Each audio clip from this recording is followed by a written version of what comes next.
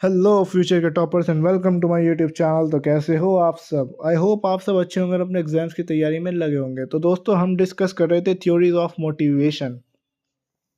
हमने डिस्कस कर लिया है Maslow's theory of motivation, McGregor theories of motivation, और आज हम बात करेंगे हर्ट्जबर्ग थ्योरी ऑफ मोटिवेशन पर।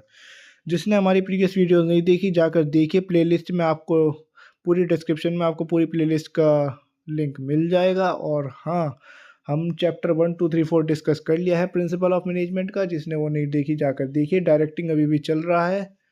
तो चलिए शुरू करते हैं इस वीडियो को हर्ट्जबर्ग थ्योरी के साथ। तो ये थी मैस्लो की थ्योरी जो डिस्कस हो चुकी है, और मैकग्रेगर की थ्योरी भी डिस्कस कर लिया हमने। और आज हम आए हैं हर्ट्जबर्ग थ्योरी ऑफ मोटिवेशन पर। तो वीडियो में आगे बढ़ने से पहले लाइक कमेंट शेयर सब्सक्राइब करना मत भूलना, बेल आइकन को प्रेस कर देना। तो चलिए अब बात करते हैं हर्ट्जबर्ग थ्योरी ऑफ मोटिवेशन। तो दोस्तों, ये थ्योरी ऑफ मोटिवेशन दी गई थी हर्ट्जबर्ग द्वारा। इसमें हर्ट्जबर्ग ने बताए थे दो तरीके के फैक्टर्स होते हैं जिनसे एक एम्प्लॉय मोटिवेट होता है।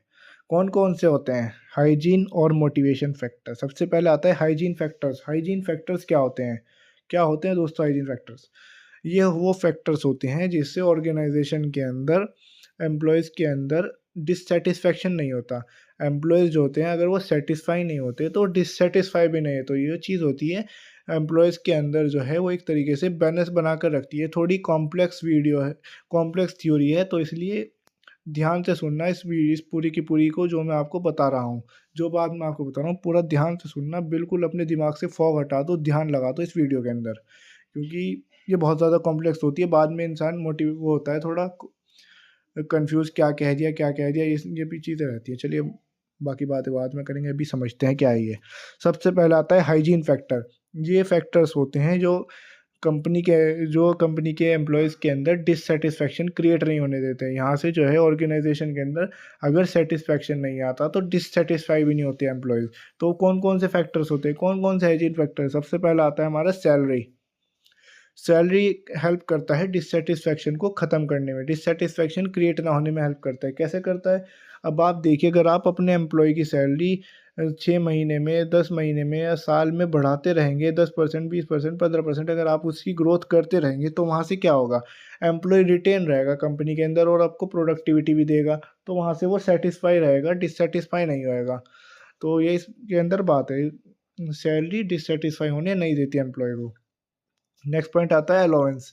अगर आप अपने एम्प्लॉयज़ को रेगुलर अलाउंस देते रहोगे, जैसे house rent allowance, travelling allowance और डियरनेस अलाउंस, और भी काफ़ी तरीके के अलाउंस देती है कंपनी, जैसे बोनस दे दिया, हेल्थ इंश्योरेंस दे दिया, इस तरीके के अलाउंस देना शुरू कर दिया अगर कंपनी, तो डेफिनेटली क्या होगा दोस्तों? एम्प्लॉय मोटिवेट होगा और काम करेगा, प्रोडक्टिविटी देगा। ये इस थ्योरी के अंदर बात है। थर्ड पॉइंट आते हैं पॉलिसीज़।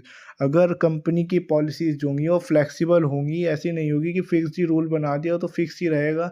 वो अगर वो फ्लेक्सिबल होंगी अकॉर्डिंग टू एम्प्लॉय के हिसाब से, वो अगर आप फ्लेक्सिबल करते रहोगे, तो वहाँ से एम्प्लॉय के अंदर डिससेटिस्फैक्शन नहीं आएगा। वो एम्प्लॉय के अंदर डिससेटिस्फैक्शन क्रिएट होने नहीं देगा वहाँ पर। फोर्थ पॉइंट पर आते हैं फ्रिंग बेनिफिट। फ्रिंग बेनिफिट क्या होते हैं? फ्रिंग बेनिफिट्स होते हैं जैसे बोनस दे दिया आपने, गिफ्ट दे दिया अपने एम्प्लॉय को, या फिर हेल्थ इंश्योरेंस दे दी, या उसके बच्चों की पढ़ाई आपने, अपनी कंपनी ने बच्चों की पढ़ाई की ज़िम्मेदारी ले ली। तो इस तरीके से वो जो होता है एम्प्लॉय होता है वो डिससेटिस्फाई नहीं होता।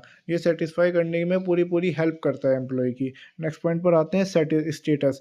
अगर कंपनी के अंदर आप अपने एम्प्लॉय को एक स्टेटस दोगे, उसको उसके साथ रिलेशनशिप अच्छा पॉजिटिव रखोगे, ऐसा नहीं करोगे तो भाई सर्वेंट है तो नौकर है, तू नौकर है, इस तरीके की बात नहीं करोगे, तो वहाँ से डिससेटिस्फैक्शन नहीं आएगा। तो इस तरीके से हाइजीन फैक्टर हेल्प करता है वहाँ पर स्टेटस मेंटेन करने में और डिससेटिस्फैक्शन को एंड करने में। नेक्स्ट पॉइंट पर आते हैं जॉब सिक्योरिटी। अब आपका एम्प्लॉय है, उसको आपने उसके दिमाग में डाल दी, भाई तू ये काम नहीं करेगा तो मैं तेरे को निकाल दूंगा। तो उसके दिमाग में क्या बात है? उसके दिमाग में बात आएगी ये मुझे निकाल देगा, ये मुझे निकाल देगा। तो ये चीज़ क्या करेगी? वो एक तरीके से डिससेटिस्फाई करने की कोशिश करेगी। जब आप एक एम्प्लॉय के दिमाग में ये बात डाल दोगे कि भाई तू सेफ है, तू टेंशन मत ले, परमानेंट एम्प्लॉय है तो हमारा, तू काम कर, प्रोडक्टिविटी दे और पूरी ईमानदारी से काम कर, तेरी जॉब जो है वो सिक्योर रहेगी, यहाँ पर किसी तरह की कोई टेंशन नहीं दी जाएगी तुझे। तो यहाँ पर फ्री माइंड होकर काम कर। तो इस तरीके से जब आप उसके लिए काम उसको अपने एम्प्लॉय को ये बातें बताओगे तो उससे क्या होगा, उससे जो होगा वो एम्प्लॉय मोटिवेट होगा, डिससेटिस्फाई नहीं होगा वहाँ से। तो ये इस तरीके के ये होते हैं हाइजीन फैक्टर। ये जो 6 मैंने फैक्टर्स बताए ये हैं हाइजीन फैक्टर्स। ये जो हैं एम्प्लॉय के अंदर डिससेटिस्फैक्शन क्रिएट होने से बचाते हैं। एम्प्लॉय को सेटिस्फाई नहीं रखते तो डिससेटिस्फाई भी नहीं होने देते। तो ये चीज़ें होती हैं। नेक्स्ट फैक्टर है हमारे मोटिवेशनल फैक्टर। दोस्तों हाइजीन फैक्टर्स के बाद आते हैं मोटिवेटिंग फैक्टर पर। तो ये जो होते हैं ये मदद करते हैं एम्प्लॉय को सेटिस्फाई फील कराने में। इनकी हेल्प से एम्प्लॉय जो है वो सेटिस्फाई फील करता है और कंपनी को प्रोडक्टिविटी प्रोवाइड करता है उसकी, और जो गोल्स वगैरह हैं वो अच्छे से अचीव करता है। तो कौन कौन से फैक्टर्स हैं, कौन कौन से मोटिवेटिंग फैक्टर्स हैं जिनकी वजह से एम्प्लॉय जो है अच्छी प्रोडक्टिविटी देता है, मोटिवेट होता रहता है, सेटिस्फाई भी रहता है। पहला आता है हमारा रिकॉग्निशन, यानी अगर आप अपने एम्प्लॉय को रेगुलरली रिवार्ड्स वगैरह देते रहोगे, उनको गिफ्ट वगैरह करते रहोगे, जैसे कि best employ of the year का अवार्ड दे दिया, या फिर best salesman of the year का अवार्ड दे दिया, या 6 मंथ में कुछ क्वार्टरली अवार्ड दे दिया उसको किसी तरह का। इन इन चीज़ों से जो होता है वो एम्प्लॉय सेटिस्फाई रहता है। उसे लगता है भाई मैं अगर कुछ कर रहा हूँ तो मुझे उसका उसका वो भी मिल रहा है, रिटर्न भी मिल रहा है। तो इससे एम्प्लॉय जो है मोटिवेट होता है और अपनी परफॉर्मेंस में 10%, 20%, 50% ग्रोथ करने की कोशिश करता है। तो नेक्स्ट पॉइंट पर आते हैं सेंस ऑफ अचीवमेंट। अगर एक एम्प्लॉय के दिमाग में एक सेंस ऑफ अचीवमेंट आ गई, उसको दिमाग में ये बात आ गई अगर मैं अच्छे से काम करूँगा तो मुझे प्रॉफिट में, तो मेरी सैलरी में ग्रोथ होगी, मुझे डेफिनेटली जो है मेरा रिस्पॉन्सिबिलिटीज़ को बढ़ा देंगे, मेरा प्रमोशन ज़रूर करेगी कंपनी। तो इस चीज़ से वो मोटिवेट होगा। थर्ड पॉइंट पर आते हैं करियर डेवलपमेंट। अब आप जानते हैं जैसे कि बहुत सी कंपनीज़ होती हैं वो अपने एम्प्लॉयज़ का ख्याल रखती हैं, उनके वेलफेयर के बारे में सोचती हैं, उनको रेगुलर इंटर्नशिप्स वगैरह इस तरीके की चीज़ें प्रोवाइड करती हैं, उनको फ्री कोर्सेज़ वगैरह प्रोवाइड करती हैं, उनको एनरोल करती हैं अपनी इंटर्नशिप्स प्रोग्राम्स में। ये जो होती है एक तरीके से करियर डेवलपमेंट करने में मदद करती हैं, एम्प्लॉय की डेवलपमेंट में मदद करती हैं, जो इस तरीके की चीज़ें होती हैं। एक एक ना चीज़ होती है एचआर में, उसे बोलते हैं सक्सेशन प्लानिंग। तो दोस्तों उसके अंदर जो क्या करते हैं, उसके अंदर जो होते हैं ना एम्प्लॉयर्स, वो एम्प्लॉयर्स जो होते हैं अपने एम्प्लॉयज़ को फ्यूचर में जो पोस्ट खाली होने वाली है उसके लिए पहले ट्रेनिंग देना शुरू कर देते हैं। तो एक तरीके से ये क्या हुआ, एक कैरियर डेवलपमेंट हुआ। तो एम्प्लॉय जो होता है ना, जिसकी ट्रेनिंग हो रही होती है वो मोटिवेट होता है कंपनी को लेकर, और फिर वो अपनी एफिशिएंसी को और ज़्यादा बेहतर बनाने की कोशिश करता है। तो इससे करियर डेवलपमेंट होता है और एम्प्लॉय जो है मोटिवेटेड रहता है और सेटिस्फाई भी रहता है। फोर्थ पॉइंट आता है ग्रोथ एडवांसमेंट। तो दोस्तों इसकी वजह से अगर अगर आप एम्प्लॉय को अच्छी फैसिलिटीज़ दे रहे हो, उसकी ग्रोथ, उसके करियर के बारे में सोच रहे हो, तो डेफिनेटली कंपनी का भी ग्रोथ होगा।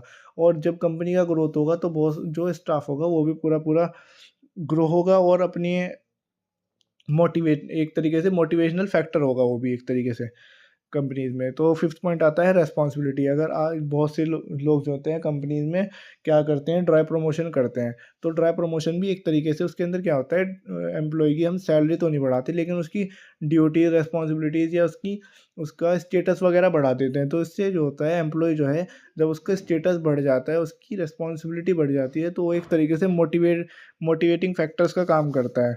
तो यही थी थ्योरी ऑफ मोटिवेशन। यहीं पर एंड करते हैं इस वीडियो को। ये हर्ज़बर्ग थ्योरी हो चुकी है पूरी, और नेक्स्ट वीडियो में बात करेंगे नेक्स्ट मोटिवेशनल थ्योरी पर। थैंक यू सो मच दोस्तों, thanks for watching, keep watching my videos and don't forget to like, comment, share, subscribe and press the bell icon. Bye bye दोस्तों।